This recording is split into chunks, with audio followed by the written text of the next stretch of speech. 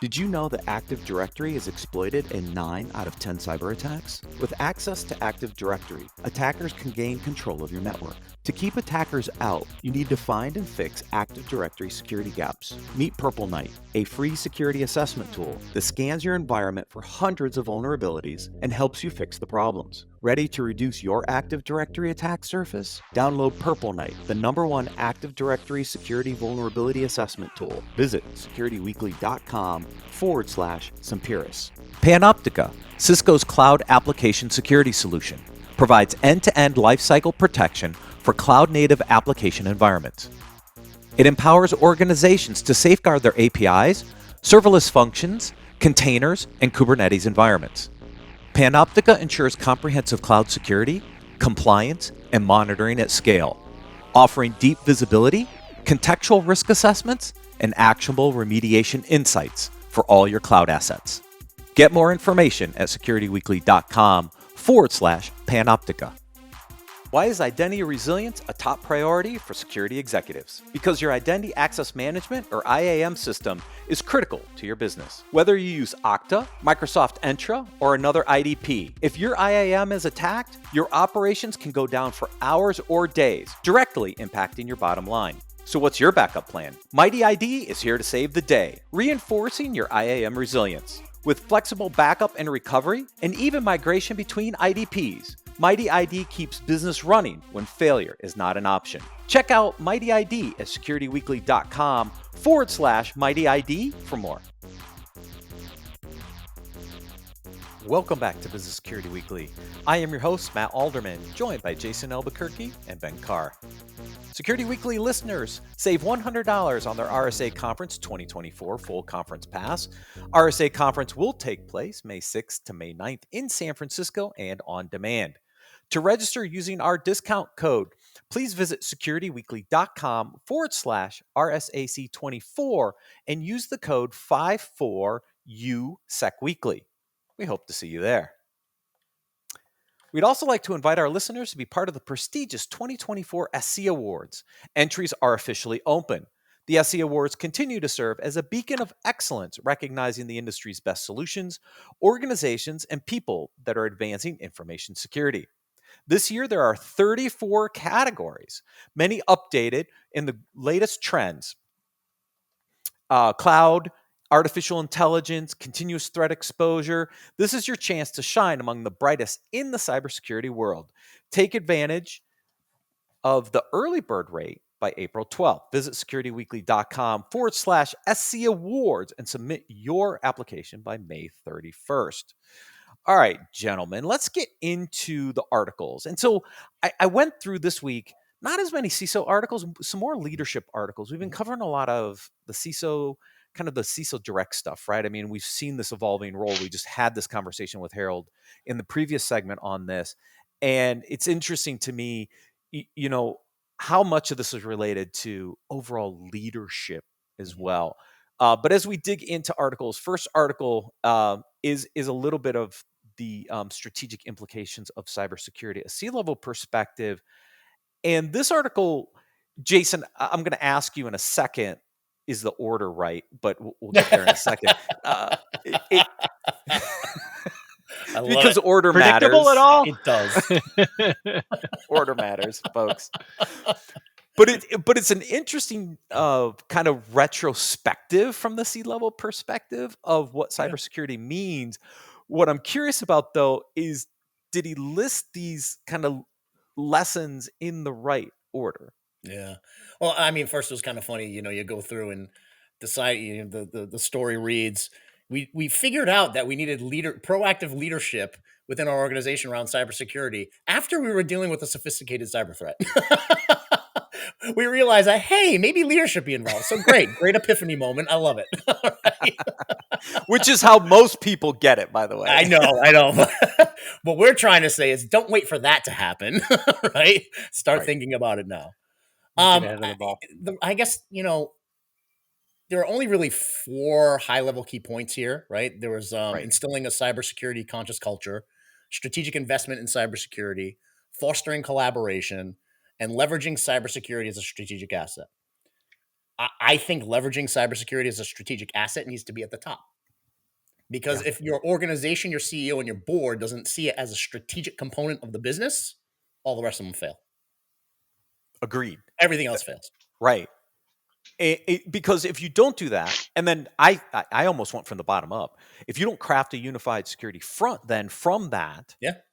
then you're never going to accomplish the other two either, right? And so Yeah. it is about, I think, getting executive buy-in Mhm. from the top down that cybersecurity is a strategic asset, and then setting in motion all these other things that they talk about in the Yeah, article. yeah, 100%. I mean, that last one that they put out there, the cybersecurity strategic asset, is the most important.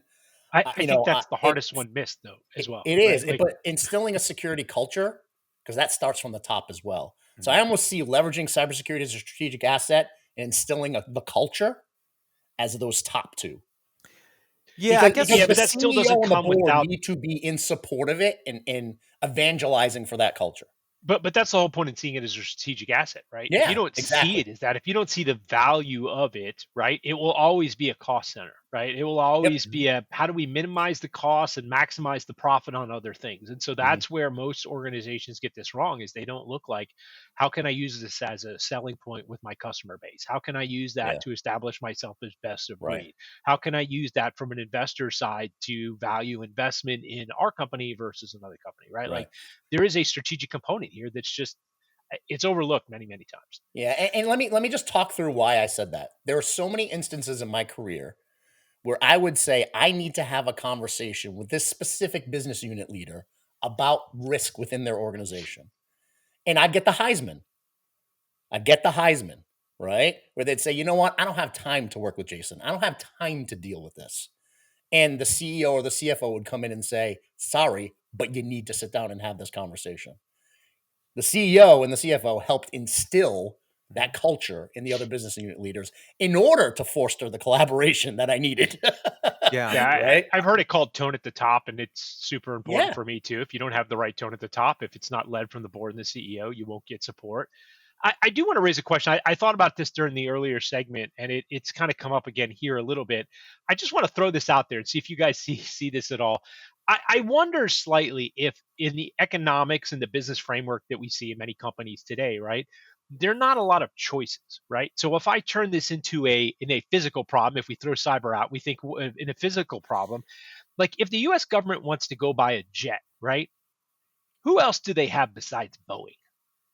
They can't go to Airbus, right? So like if doors fall off, like unless every Yeah. airplane is falling out of the sky like every day, they kind of at some point overlook it and go, I mean, we'll just move on to the next thing. And I wonder if that's part of the problem here is, look, we see these big fines, but part of it is like it does it just get assigned of the cost of doing business and it's Mhm. not company ending Mhm. and at the end of the day like who is vendor A or supplier B going to go talk to, they still have to come deal with us now until it starts becoming a true competitive advantage where you can differentiate. Like do you always get lumped into the I got to go sell more stuff, right? And so Maybe. I just wonder if that's part of the framework we're dealing in a little bit is you don't have 8,000 people to compete with. You're competing with a smaller and smaller number as we look at how the economy works. Yeah. Yeah, Jason, the only reason I was debating 2 and 3 is my fear is that if you don't have a unified front, you're Mhm. never going to instill the culture. And they could almost be two sides of the same coin, but Yeah. they're so interrelated, which is why I kind of came up from the Yeah. bottom. No, that makes sense. Is that how can look if you don't have buy-in at a unified front from a leadership Mhm. perspective, can you ever build a Sure. security conscious culture, right? Yeah. So maybe I would add one in between that says instill a security conscious culture in your C-suite. Yeah, In order to foster the collaboration and then do it for the rest of the company at the right. end, right? Because I Okay. think it's important. I really think it's important, at least at that C-suite, to be able to evangelize that message downstream to the rest of the company. Yes. And when you're continuously getting the Heisman from business unit leaders, you need that Yeah. CEO to step in, right? You Yeah. do. Yep. Well, that leads into the next one. What CISOs in the C-suite have is a failure to communicate. Yeah. No shit. Um, You know what? Some of these stats that were in here, I was like, holy crap, because I it's know. trouble waiting to happen. I mean, 82% felt a need to make things sound better to the board. 82% of CISOs feel like they need to put on rose-colored glasses in front of the board. Yep. That's the perfect opportunity to talk about the reality of the risk. You want to talk about Yeah, disservice? That's a disservice. But that's the pushback, right? That's the, hey, we made such a big investment, like the board's not going to want to hear about this. Like I've been in the room when somebody has come to me and said, hey, I think we need to move cyber down on the scale. And I'm like, impact, right? Probability. Yeah. Like they intersect in the red. Like, do we agree on that? Yes, but I think the color needs to be down because we need to convey a different impression for the board. That's not Yeah. positive, right? That's not reality. And I think that's the whole point, is you need to have that relationship at the CEO and board level so you can have that honest conversation. But if you're insulated from that, if you're isolated, Oh yeah, again, totally. the conflict, right, of That's a whole reporting to other the issue. CIO, Absolutely. 100%. you're calling out his stuff, right? So if I'm always calling out the Mhm. boss's baby as being ugly, he doesn't come off looking too good, right? And that's why I think this is so high. Yeah. But you want to Well, know what though? The trust in what we're saying in front of the board comes out in another stat here. 31% of executives said they believe their CISO is painting a brighter picture than reality to the board. So we're getting called for the BS. Yeah. They're seeing through it. All right. Well, the 82% stats with the 58% said they struggle to translate technical language to senior leadership in a meaningful way. That's part of the challenge, right? We just talked about it. We talked about quantification. The board they're all financial people, folks. Like the majority of boards, 99+% of boards are financial people. That's what they're there for, right? To guide the business, to help it grow, right? They're financial people. And if we're still struggling with technical language translation to something that's meaningful to them, no wonder we're painting a rosy picture to the board, because we don't know what else to communicate. Yeah. And from an industry side, we've done a very poor job of that, right? Like the vendors, like very few, if any, vendors communicate statistics or metrics, right, back to the CISO that can be utilized in a board presentation. They just can't, right? It's number of vulnerabilities, like number of threats coming in. It doesn't matter. Glasses people's eyes over at the financial level. Well, I've seen scorecards for the board that actually have 3 or 4 different risk scores on it on all different scales. And you want to know how to confuse an executive team or a board faster than anything?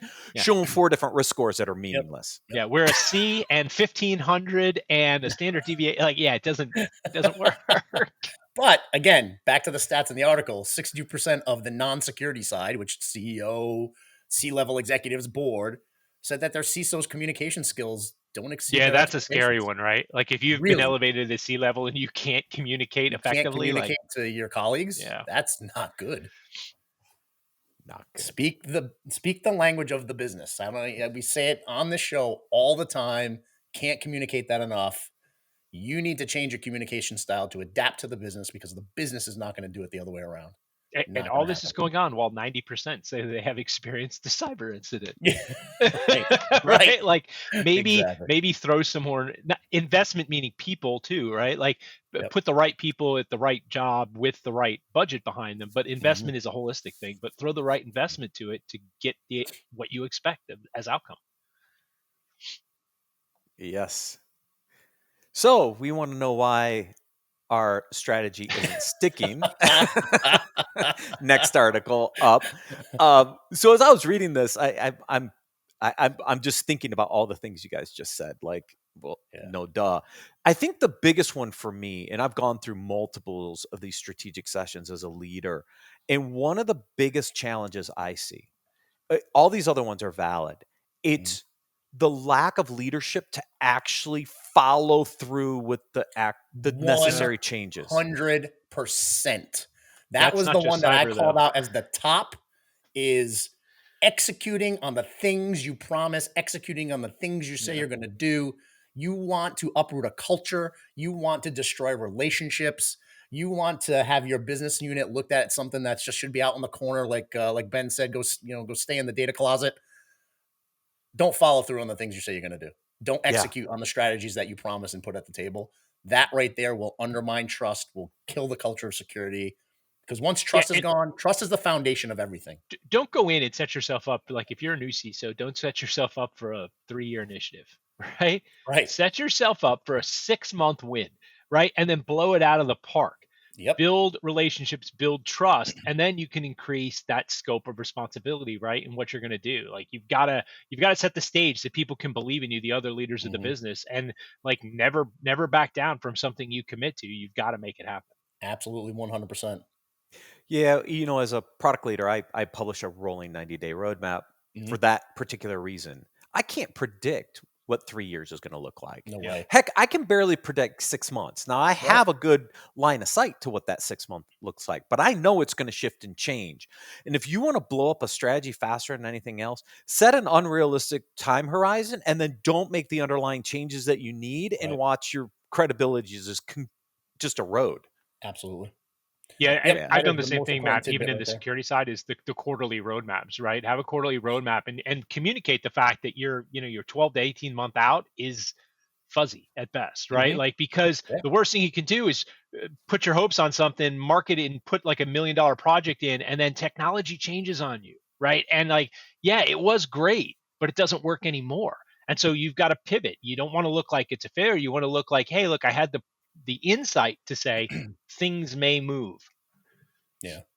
Yeah, Yeah. and the only other golden nugget in here is, address unspoken doubts and the elephant in the room. I took that as, I read between the lines a little bit. Don't be afraid to have the hard conversation. I think Yeah. that's the hardest one for most people. Don't It be it afraid to have the hard conversations. You have to. You have You to. And have you to learn have how to have the hard conversations. and make decisions to address the Yes. hard Yep. conversations. Like you Uh, can't go in and say we're going to do this and then not make those changes. That's right. It's so detrimental to the overall strategy. And then now you're just hoping that things work Yeah. because You there's know, no chance it's going to actually work. and I think a perspective for CISOs today and folks who want to become CISOs is don't have the burden of the entire risk of the company on your shoulders alone. Go into that organization realizing that it is the support of the entirety of the organization that is going to help you make these decisions and execute on the solutions and get that risk mitigated. If you walk in the door as it's on you, that means you own it. That means you're always trying to live up to the expectation, which is probably why we see those numbers of you know having those rose-colored glasses in executive meetings and boards. No, have the hard conversations. This is a job that requires the entirety of the organization. It's not only on the CISO's shoulders. You don't look dumb when you're walking in the door saying, I don't understand this risk. We need to find out a solution. We need to talk through it. I need to better understand it. That's okay. You need to be doing that. You need to have the hard conversations. Yes, absolutely. So this leads into our next article, which is the top 5 misconceptions of leadership that hinder your success. I love misconception number 1. Leaders Yeah. can't make a mistake. Yeah, Oh, yes, they can, and they absolutely. do it often. That's right. That's right. But And, look, and admit that you made a mistake, right? Be willing to Yes. course correct and move on. Like the worst thing is when you come in as a leader and you don't admit that like, hey, mistakes were made and we've got to make a change here, right? yeah, I mean, the strength of a great leader is admitting vulnerability. You have to. Nobody's perfect. There's no human on this earth that's perfect, right? At the end of the day, you're gonna make mistakes. It's And I okay think to make part of that mistakes. is like you've got to set where everything you do as a leader. The reason why you're a leader, not a boss, is you're setting an example for people and how Yeah, you operate, right? And if right. you don't let people know, hey, it's okay to make a mistake, just learn from it and correct, That's right. then they're not going to feel they can, and you're going to have people that are hiding stuff on the team that aren't Yep. willing to make you let you know that the mistakes were made. And so Right. it has this ripple effect, right? You've got to set the right tone, and that's part of this. Yep. Yeah. Leadership versus boss. That's about giving orders. That was, I think, number 2. Yep. Yep. I want to talk about number 4, which is leaders should only share good news. And look, I'm a very transparent leader, and people know Mhm. this. I share it all, right? Good or not.